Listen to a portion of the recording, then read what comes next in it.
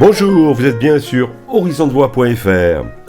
Deuxième partie de l'affaire Claude Gueux de Victor Hugo, suivant la chronique Entre nous de Pascal Casanova, professeur de lettres, écrivain, conférencier, vérité et mensonge romanesque. C'est une histoire humaine de misère et d'injustice sociale qui touchait les classes populaires dans les années 1830.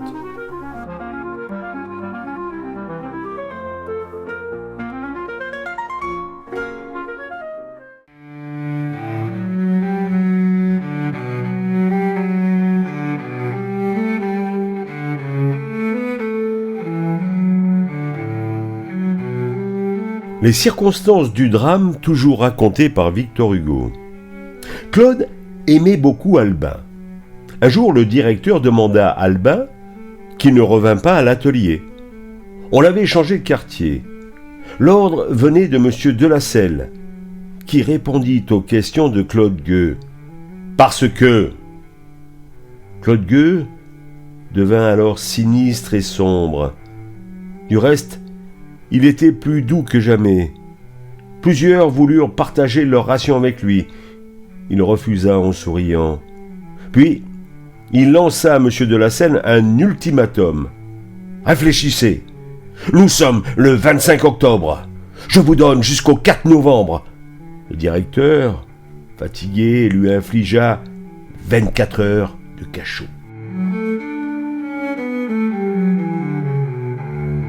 La préméditation. Claude Gueux trouva, nous précise Victor Hugo, dans une espèce de caisse en bois, au pied de son lit, une paire de ciseaux avec un exemplaire de l'Émile, ayant appartenu à sa femme.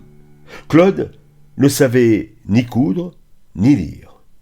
Puis il demanda au menuisier une hache. « C'est pour tuer ce soir le directeur des ateliers. » On lui présenta plusieurs haches à choisir. Il prit la plus petite, qui était tranchante, et la cacha dans son pantalon. Faisant allusion à M. Delacelle, il s'adressa à 81 voleurs. « Je l'ai jugé, et je l'ai condamné à mort. Nous sommes le 4 novembre. Je vous préviens que je vais le tuer. » Tous gardèrent le silence. Enfin, il distribua ses vêtements aux autres prisonniers. Il ne garda que la petite paire de ciseaux. Puis, il les embrassa tous. Quelques-uns pleuraient. Il souriait à cela.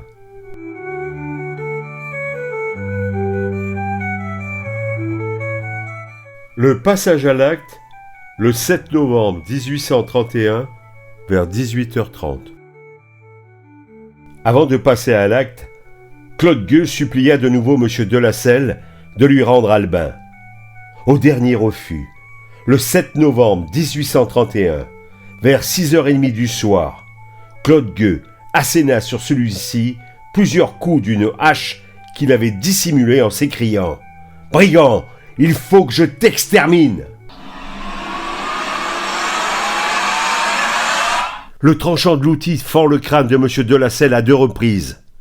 Le gardien-chef s'effondre, avant d'être atteint une 3e fois à la joue et une 4e à la cuisse. Alors, comme si le crime n'avait fait qu'irriter sa fureur, il se tourna vers les autres gardiens épouvantés et leur cria en brandissant sa hache « Arrivez donc, lâche !» Puis il jeta la hache, et saisissant le ciseau de sa femme, il se frappa à coups répétés la poitrine pour se donner la mort. « Cœur de damné, je ne te trouverai donc pas !» Les ciseaux n'ont pas fait effet. Une des lames s'est brisée dans sa poitrine. Enfin, Gueux tomba évanoui sur M. Delacelle. M. Delacelle meurt quelques heures plus tard. L'homme laisse derrière lui une veuve et 3 orphelins en bas âge.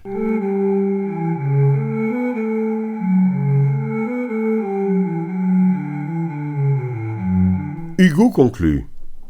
Lequel des deux était la victime de l'autre ? À son réveil, poursuit le romancier, Claude Gueux avait auprès de son chevet des bonnes sœurs de charité et un juge d'instruction. Il avait perdu beaucoup de sang, mais les ciseaux avaient mal fait leur devoir. Il n'y avait de mortel pour lui que les blessures qu'il avait faites au gardien-chef. Le décès de Delacelle est enregistré le 9 novembre, suivant à Ville-sous-la-Ferté, sous le nom de Pierre-Étienne Delacelle, âgé de 39 ans, gardien-chef de la maison du dit Clairvaux. La déclaration du décès sera faite par Scipion Salaville, directeur de la maison centrale de détention de Clairvaux, et de Bernard Joseph Clément, médecin en chef de la même maison d'arrêt, tous deux domiciliés à Clairvaux. Que d'heures d'agonie pour le jeune gardien-chef. N'ayant pas réussi à mettre fin à ses jours, Claude Gueux doit vivre, car l'homme doit répondre de ses actes.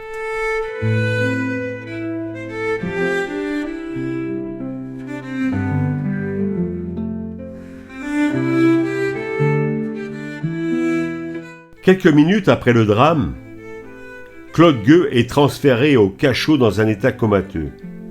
Sur ordre du médecin Savournin, qui juge sa position très grave, le corps est lacéré de 13 entailles. Il est transporté à l'hôpital de la maison centrale. Les 8 et 9 novembre, son état s'améliore. Gueux réclame du poison pour mourir. Malgré les protestations du médecin, on installe le cadavre de Delacelle à côté de Claude Gueux, qui manifeste une stupeur et un accablement très considérable. Des bulletins de santé sont rédigés tous les jours, envoyés aux autorités, ministres et préfets. Claude Gueux doit rester en vie, la justice l'attend.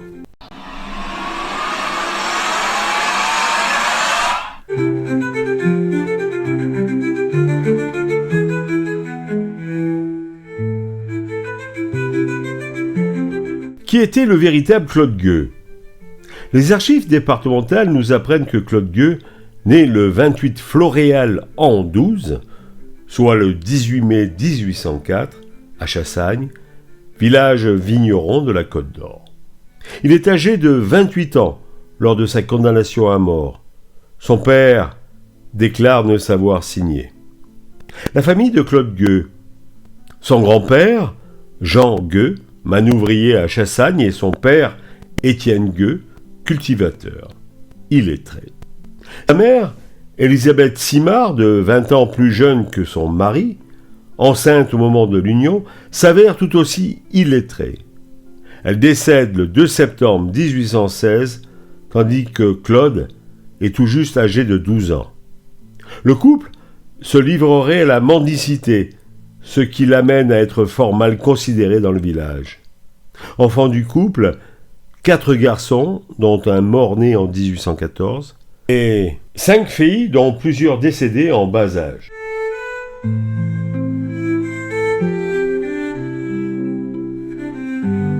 Caractéristiques de Claude Gueux.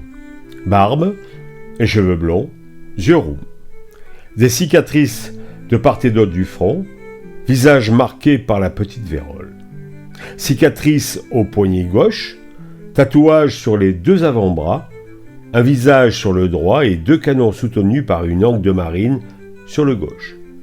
Petit doigt de la main droite coupé au niveau de la première phalange, amputation résultant d'une rixe entre prisonniers.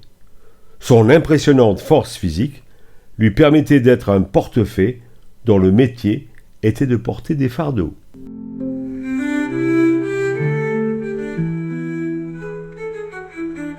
Les délits de Claude Gueux. À l'âge de 14 ans, vol d'un sac d'avoine, condamné à 1 an de prison par le tribunal correctionnel d'Auxerre. Août 1823, il a 19 ans, en Bourgogne, condamné pour vol.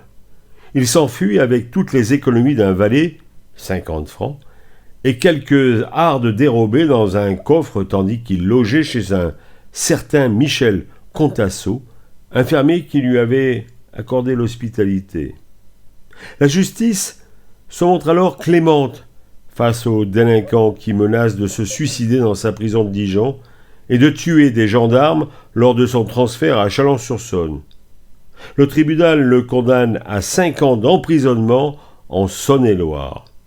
Il effectue cette seconde peine à Clairvaux, où il entre le 5 octobre 1823 sous le matricule 6404.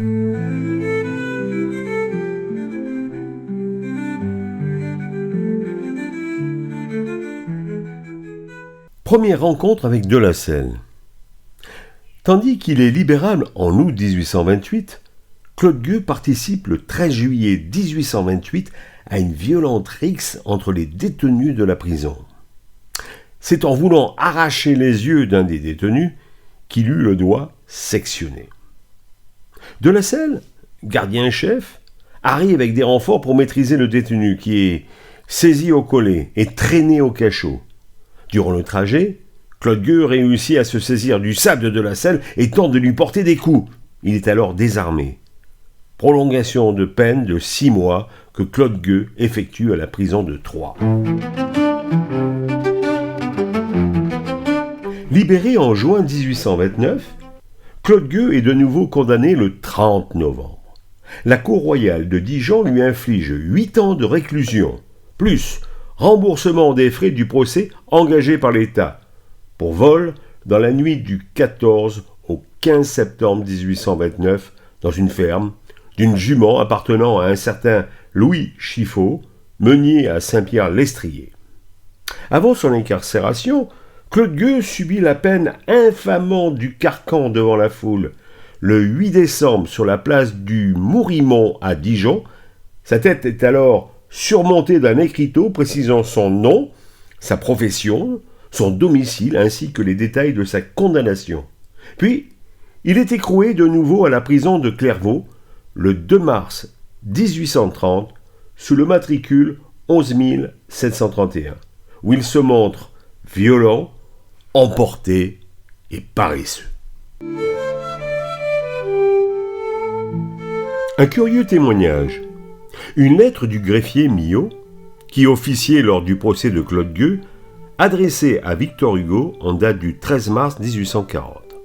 Millot écrit « Je pense, monsieur, qu'il est important que vous sachiez que le père de Gueux, affaissé sous le poids des ans, avait été condamné à une peine qui l'avait conduit à la maison centrale de Clairvaux, et que son fils, pour lui porter secours d'une tendre piété filiale, avait commis une action avec intention qui l'avait fait diriger vers l'auteur de son existence. Les documents d'archives de la maison d'arrêt nous prouvent qu'Étienne Gueux est arrivé à Clairvaux le 10 décembre 1830, tandis que son fils y était depuis le 2 mars.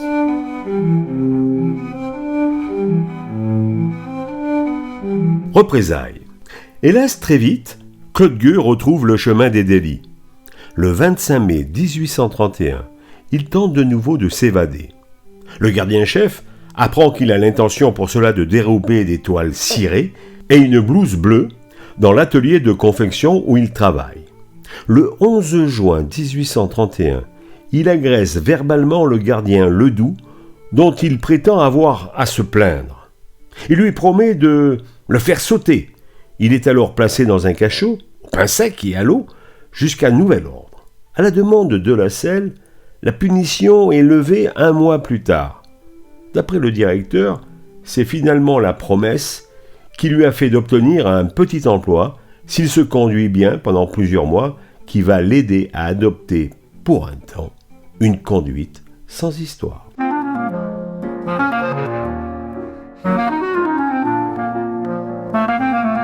Fin de la deuxième partie de l'affaire Claude Gueux, adaptation de la conférence universitaire de Pascal Casanova, Entre nous, aux Presses du Midi.